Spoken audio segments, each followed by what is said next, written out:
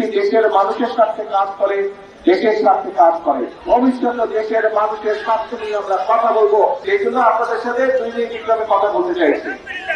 এই কথাটা কি, এই যে আজকে আমরা এখানে পৌরসভার ভিত্তিক প্রস্তাব স্থাপন করলাম, আপনাদের যাদের বয়স 25-এর পর তারা আপনারা জানেন কিনা জানেন না, এখানে আরেকটি ভিত্তিক প্রস্তাব আছে। আজকে থেকে 25 বছর 25 বছর আগে দেশনেত্রী ভগবান খালেদা জিয়া এখানে এই যে টেকো উপজেলা ভিত্তিক প্রস্তাব স্থাপন করে দিয়েছিলেন।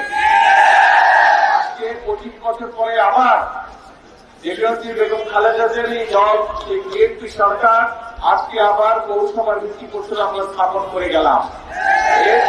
এর মধ্যে দিয়ে একটি কথাই বারবার প্রমাণিত হয়েছে যে বিএনপি যখন রাষ্ট্র পরিচালনার দায়িত্বে থাকে, বিএনপি জনগণের স্বার্থে, দেশের স্বার্থে কাজ করে। এবং এখানে যে কলেজ দুটো আছে,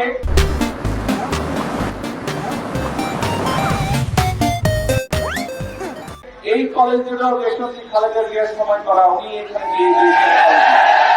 কাজেই বিএনপি সকল সময় যখন দেশ পরিচালনার দায়িত্ব থাকে, বিএনপি দেশের মানুষের স্বার্থে কাজ করে, দেশের স্বার্থে কাজ করে।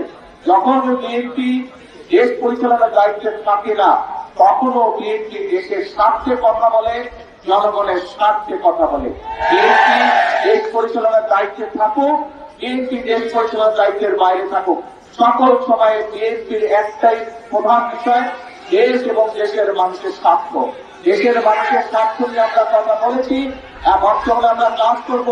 ভবিষ্যতে দেশের মানুষের স্বার্থ নিয়ে আমরা কথা বলবো, কাজ করব। এটি আমাদের প্রতিজ্ঞা, এটি আমাদের একমাত্র লক্ষ্য, এটি আমাদের একমাত্র। আজকে কিন্তু এখানে জনসভার আমাদের কোনো অনুষ্ঠান নেই। এইখানে জনসভা ইনশাল্লাহ বহু বছর আগে আমি করেছিলাম সন্ধ্যার সময়। আজ পর্যন্ত গরু ছাগল আমরা বিতরণ করেছিলাম এখানে। ইনশাল্লাহ ভবিষ্যতে ইনশাল্লাহ আপনাদের এখানে মাঠে আসবো, আপনাদের সাথে কথা বলবো, এখানে আমরা ইনশাল্লাহ বিশাল জনসভা করবো। সেই পর্যন্ত আল্লাহ হাফেজ।